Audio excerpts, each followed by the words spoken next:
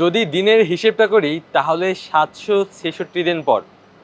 মাসের হিসেবটা করলে যেটা দাঁড়ায় ২৫ মাস ৫ দিন।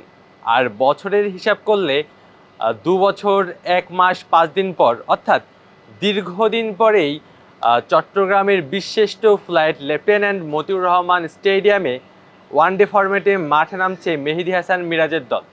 এই ২ বছরের ব্যবধানে যেমন স্টেডিয়ামের নামে পরিবর্তন এসেছে বাংলাদেশের স্কোয়াডেও, ঠিক তেমনি অধিনায়কও পরিবর্তন হয়েছে। নাজমুল হোসেন শান্তর পর এখন দলের অধিনায়কের নাম মেহেদী হাসান মিরাজ। ২ বছর আগে যখন বাংলাদেশ এই মাঠে সর্বশেষ খেলেছিল, তখন বাংলাদেশ শ্রীলঙ্কার বিপক্ষে ৩ ম্যাচের ওয়ানডে সিরিজে ২-১ ব্যবধানে জিতেছিল। এরপর দীর্ঘদিন এখানে ওয়ানডে ম্যাচটা আসলে খেলা হয়নি, তবে টি-20 বলেন কিংবা টেস্ট বলেন, দুটোই বাংলাদেশ খেলেছে। বাংলাদেশের জন্য একটা বড় পরীক্ষার মঞ্চ আগামীকাল, যেহেতু সিরিজ নির্ধারণী ম্যাচ, অর্থাৎ বাঁচা মরার লড়াইয়েই আগামীকাল মাঠে নামবে টিম টাইগার্স। সিরিজটা জিততে হলে কালকে ম্যাচে জয়ের কোনো বিকল্প নাই। আমরা যদি নিউজিল্যান্ডের বিপক্ষে এই মাঠে বাংলাদেশের অতীত রেকর্ডটা দেখি, তাহলে ফিরে যেতে হয় ২০০৮ সালে। সেই ২০০৮ সালের পর আর নিউজিল্যান্ডের বিপক্ষে বাংলাদেশ চট্টগ্রামের মাটিতে কোনো ম্যাচ খেলেনি। যদিও নিউজিল্যান্ড বেশ কয়েকবারই বাংলাদেশে এসেছে, তবে চট্টগ্রামে আসলে ওয়ানডে খেলতে আসা হয়নি। সেই সিরিজে বাংলাদেশের হয়ে থার্ড ওডিআই ম্যাচে ওপেনিং করতে নেমেছিলেন তামিম ইকবাল খান, যিনি কিনা বর্তমানে বিসিবির অ্যাডহক কমিটির প্রেসিডেন্ট।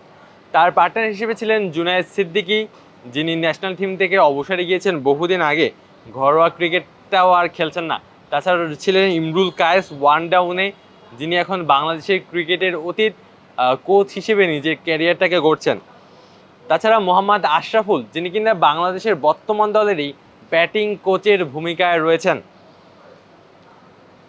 তাছাড়া ছিলেন সাকিব আল হাসান, যিনি কিনা বহুদিন ধরেই ন্যাশনাল টিমের বাইরে প্রায় ২ বছর হতে চলল। নাইম ইসলাম ছিলেন, যিনি বর্তমানে নির্বাচক প্যানেলে রয়েছেন। তাছাড়া ছিলেন মুশফিকুর রহিম, মাশরাফি বিন মুর্তজা। মুশফিকুর রহিম ওয়ানডে এবং টি-20 ক্রিকেট এখন বাংলাদেশের অতীত, তবে টেস্ট ফরম্যাটটাকে চালিয়ে যাচ্ছেন। আর মাশরাফি বিন মুর্তজা সর্বশেষ আন্তর্জাতিক ক্রিকেটটা খেলেছেন ৬ বছর ১ মাস আগে। তাছাড়া আব্দুর রাজ্জাক ছিলেন, শাহাদাত হোসাইন রাজীব ছিলেন, তাছাড়া ছিলেন সৈয়দ রাসেল।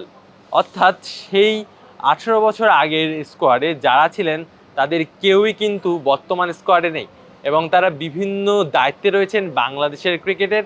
কেউ ক্রিকেট থেকে অনেক বেশি দূরেই আছেন। এই ১৮ বছরে যে জিনিসটা আসলে চেঞ্জ হয়নি, সেটা হলো নিউজিল্যান্ডের বিপক্ষে থার্ড ওয়ানডে ম্যাচে আবারও বাংলাদেশ মাঠে নামতে যাচ্ছে। সেই ম্যাচটা সেদিন জেতা হয়নি। ৭৯ রানের ব্যবধানে বাংলাদেশ হেরেছিল। ১৭০ রানে অল আউট হয়ে গিয়েছিল টিম টাইগার্সরা, যেখানে নিউজিল্যান্ড বাংলাদেশকে ২৫০ রানের লক্ষ্য ছুঁড়ে দিয়েছিল। এখন দেখার বিষয়, সিরিজ নির্ধারণী শেষ ম্যাচে বাংলাদেশ সিরিজটা বের করে আনতে পারে কিনা, নিউজিল্যান্ডের বিপক্ষে একটি সিরিজ জয়ের সুখ স্মৃতি আবারও ফেরে কিনা। এই মাঠে যদি বলি, বাংলাদেশ কখনো নিউজিল্যান্ডের বিপক্ষে টি-20 ম্যাচ খেলেনি, তবে টেস্ট খেলেছে ২টা আর ওয়ানডে ম্যাচ ১টা। সেই যে টেস্ট খেলেছে, সেই টেস্ট দুটোর মধ্যে একটা ম্যাচে বাংলাদেশ ড্র করেছিল, আর একটি ম্যাচে রয়েছে হারের তিক্ততা। এবার দেখা যাক দ্বিতীয়বারের মতো নিউজিল্যান্ডের বিপক্ষে ওয়ানডে ম্যাচে বাংলাদেশ মাঠে নামবে আগামীকাল বাংলাদেশ সময় ১১টায়, কেমন করে টিম টাইগাররা। তবে এই যে বলছিলাম, প্রায় ২ বছর পর বাংলাদেশ মাঠে নামছে ওয়ানডে ফরম্যাটে। তবে চট্টগ্রামের মাঠে কিন্তু রিসেন্টলি বাংলাদেশ খেলেছে। গত বছর নভেম্বরেই আয়ারল্যান্ডের বিপক্ষে বাংলাদেশ ৩ ম্যাচে টি-20 খেলেছে, এবং ৩টে ম্যাচে কিন্তু এই মাঠেই হয়েছে। প্রথম ম্যাচটা বাংলাদেশ হারলেও পরের ২টে ম্যাচ বাংলাদেশ জিতেছিল। তাছাড়া ওয়েস্ট ইন্ডিজের অ্যাগেনস্টে যে টি-20 সিরিজটা খেলে, সেটাও কিন্তু এই চট্টগ্রামেই হয়েছিল, সেখানে বাংলাদেশ ৩-০ ব্যবধানে হোয়াইট ওয়াশ হয়েছিল। এবার দেখা যাক নতুন কোনো গল্প এই সাগরিকায় লেখা হয় কিনা। চট্টগ্রামের বীরশ্রেষ্ঠ flight lieutenant Motiur Rahman stadium থেকে আলু আসি তালুকদার, অন ফিল্ড।